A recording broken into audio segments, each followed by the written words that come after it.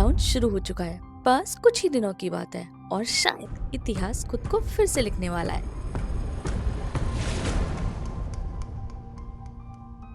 क्योंकि इस बार बिहार का चुनाव तय करेगा दिल्ली की सत्ता में कौन रहेगा और कौन जाएगा। सोचिए, अगर बिहार की हवा पलट जाए तो शायद मोदी सरकार भी ये कहती नजर आए, अरे हम तो फकीर आदमी हैं, झोला लेके चल पड़ेंगे जी। लेकिन इस बार मामला सिर्फ सत्ता का नहीं बल्कि पूरे सिस्टम के डगमगाने का है।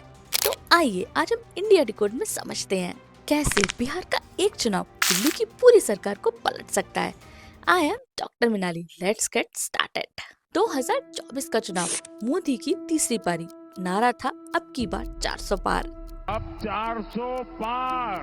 देश भर में वही आवाज, वही जोश एंड वही चेहरा। लेकिन जब नतीजे आई तो साइलेंस भी खबर बन गया।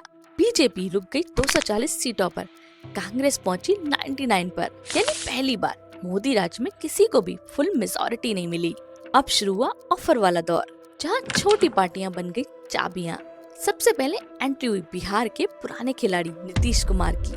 12 सीटें लेकर एनडीए में वापसी। कहानी वही, बस किरदार का मूड बदल गया। फिर साउथ से आई राजनीति का स्क्रिप्ट।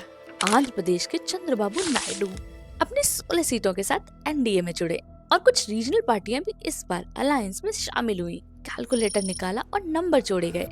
एनडीए की कुल गिनती पहुंची 293 पर। बस बहुमत का जादू फिर से हासिल और इस बार मोदी ने ली तीसरी बार शपथ। मैं नरेंद्र दामोदर दास मोदी। इस बार शपथ के शब्दों में अनिश्चितता की गूंज थी, क्योंकि पहले 2 बार वो एकल कप्तान थे, पर तीसरी बार ये टीम थी उधारी के खिलाड़ियों की। मतलब साफ है, ये सरकार अब रेत की नींव पे खड़ी है। ऊपर से सब मजबूत दिख रहा है, लेकिन नीचे से नींव हिल चुकी है। जरा सोचिए, अगर कुछ सीटें इधर उधर हुई तो पूरा बैलेंस धाराशायी हो सकता है। और अब सबकी नजर टिकी है बिहार पर, क्योंकि नवंबर 2025 में यही है सबसे बड़ा रण। बिहार विधानसभा की 243 सीटों में अभी एनडीए के पास है 125।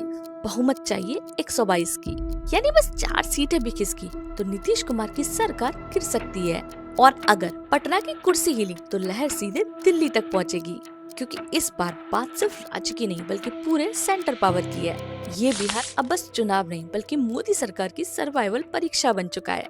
2020 का बिहार चुनाव याद है? वो दौर जब तेजस्वी यादव ने अकेले 75 सीटें निकालकर पूरे चुनावी गणित को हिला दिया था।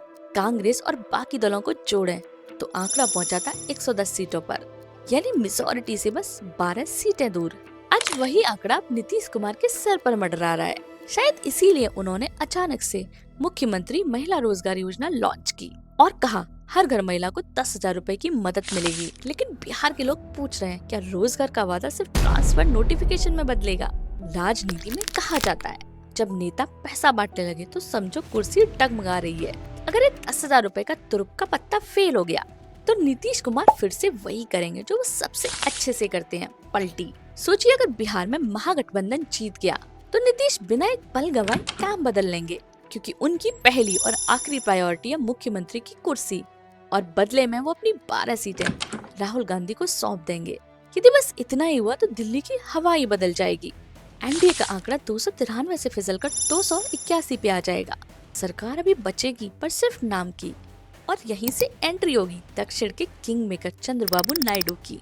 अगर राहुल गांधी ने नायडू से कहा आप बनिए प्रधानमंत्री, हम पूरा सपोर्ट देंगे, तो क्या वो बीजेपी के साथ रहेंगे? इतिहास कहता है नहीं। और अगर नायडू भी एनडीए छोड़ गए, बीजेपी के पास बचेगी सिर्फ 265 सीटें, यानी सरकार वहीं खत्म। ऊपर से महाराष्ट्र के एकनाथ शिंदे भी यदि कांग्रेस कैंप पर चले गए तो एनडीए सीधा 258 पर सिमट जाएगा और सत्ता का पासा पलट जाएगा सीधे इंडिया अलायंस के हाथ में। हिस्ट्री खुद को दोहरा रही है, या बस सिर्फ टाइम बदला है। ये जो गेम आज दिल्ली में चल रहा है, कांग्रेस इसे पहले भी खेल चुकी है। साल था 1975। इंदिरा गांधी ने लगाया था आपातकाल। देश भर में अखबारों पर ताले, आवाजों पर पहरे और जनता का गुस्सा उबाल पर। फिर आया 1977। जनता पार्टी ने कांग्रेस को धूल चटाई। लगा अब राजनीति बदल जाएगी, लेकिन सिर्फ 2 साल बाद वही जनता पार्टी आपस में खींचतान से बिखर गई। और फिर हुआ सबसे बड़ा ट्विस्ट। 1979 में चौधरी चरण सिंह ने इंदिरा गांधी से गुप्त डील की, सिर्फ 60 सीटों के साथ बने भारत के प्रधानमंत्री, क्योंकि कांग्रेस ने खुद पीएम नहीं बनाया। बल्कि किसी और को कुर्सी दे दी ताकि असली पावर पर्दे के पीछे से उनके पास रहे। वो था कांग्रेस का मास्टर स्ट्रोक और शायद वही चाल अब दोबारा चलने वाली है। अब जरा सोचिए, अगर 2025 में नीतीश कुमार एनडीए छोड़ दें और राहुल गांधी चंद्रबाबू नायडू से कह दें आप बनिए प्रधानमंत्री, हम देंगे सपोर्ट, तो क्या होगा? नीतीश अपनी 12 सीटें जोड़ देंगे, नायडू के पास पहले से 16 सीटें हैं और देखते ही देखते दिल्ली की गद्दी एक रीजनल लीडर के पास चली जाएगी, बिल्कुल 1979 की तरह।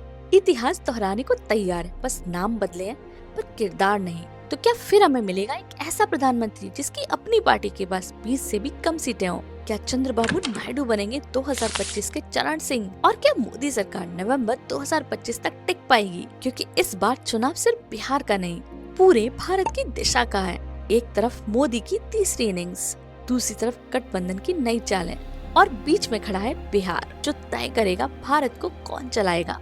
तो बताइए, क्या 2025 बनेगा नया 1979? क्या game of thrones India edition शुरू हो चुका है? अगर हाँ तो वीडियो को लाइक कीजिए और कमेंट्स में लिखिए #BiharDecides_India और चैनल को सब्सक्राइब कीजिए इंडिया डिकोड विद डॉक्टर मिनाली, जहाँ सच मिलता है नॉइस के पार।